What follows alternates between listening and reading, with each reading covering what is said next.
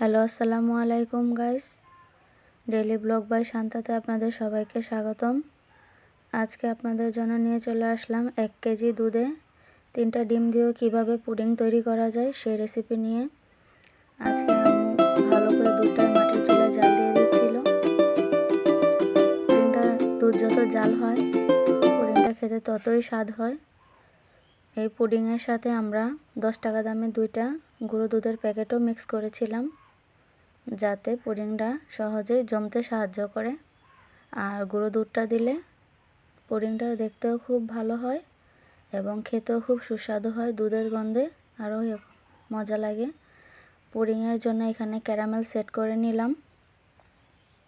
Caramel set হয়ে গেলে ডিমের সাথে দুধটাকে মিশিয়ে নিলাম। ছাঁকনি দিয়ে ছেঁকে তারপর ক্যারামেলটার উপরে সেট করলাম। তারপর ভালো করে ঝাঁকিয়ে নিলাম যাতে কোনো বাবলস না হয়। ছাঁকনিতে ডিম আটকে গিয়েছিল, পরে আস্তে আস্তে খুব কষ্ট করে ঢাললাম যাতে বাবলসগুলো পুডিংয়ের মধ্যে না দেখা যায়। বাবলস হলে খেতে বেশি ভালো লাগে না, তাই সুন্দর করে ছেঁকে তারপরে চুলায় বসালাম। এটা আমি মাটির চুলায় জাল করেছিলাম যাতে সুন্দরভাবে হয়। কড়াইতে সুন্দর করে উপরে একটা শিল দিয়ে তারপরে আমি ভাঁড় দিলাম যাতে পুডিংটা না লড়ে। তো আমার পুডিং তৈরি, আপনারা দেখতেই পাচ্ছেন। তৈরি হয়ে গেল আমার 1 কেজি দুধে 3টা ডিমের পুডিং। দেখুন সবাই কেমন হয়েছে, খেতে খুব ভালোই হয়েছিল।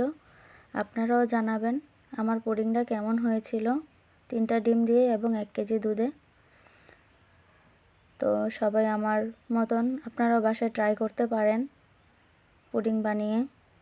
ছোট বাচ্চাদের জন্য এটা অনেক স্বাস্থ্যসম্মত খাবার। আপনারাও চাইলে বাচ্চাদের বাসায় বানিয়ে খাওয়াতে পারেন। সকল বয়সের মানুষের জন্য এটা ভালো, কারণ এটার মধ্যে ডিম, দুধ, তারপর চিনি, সব কিছুই আছে যা বাচ্চাদেরও পছন্দ হবে। চাইলে আপনারাও বানাতে পারেন আমার মতো করে।